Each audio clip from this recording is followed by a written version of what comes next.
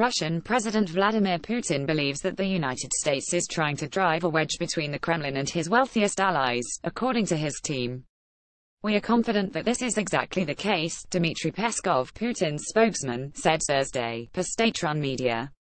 Peskov suggested that economic sanctions imposed on Russia following the 2014 annexation of Crimea and invasion of eastern Ukraine are now being tightened to alienate domestic business allies of the president in advance of the next Russian election.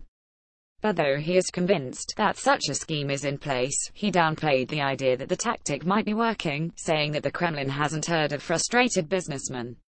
"We have no information about such beliefs and views, and we are obviously ready to discuss them if they exist with representatives of local business," Peskov said.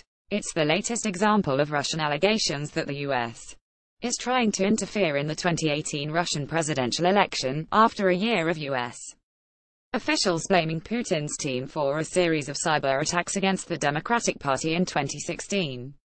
In October, Putin suggested that a scandal involving Russian athletes banned from Olympic competition for using performance-enhancing drugs before the 2014 Olympics was part of a U.S. plan to undermine his team. "This is what raises my concern. The Olympic Games are due to begin in February while we will be holding presidential elections in March," Putin said in early November.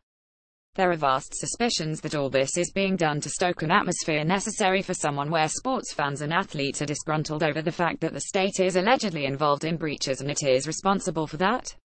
Nikki Haley, the U.S.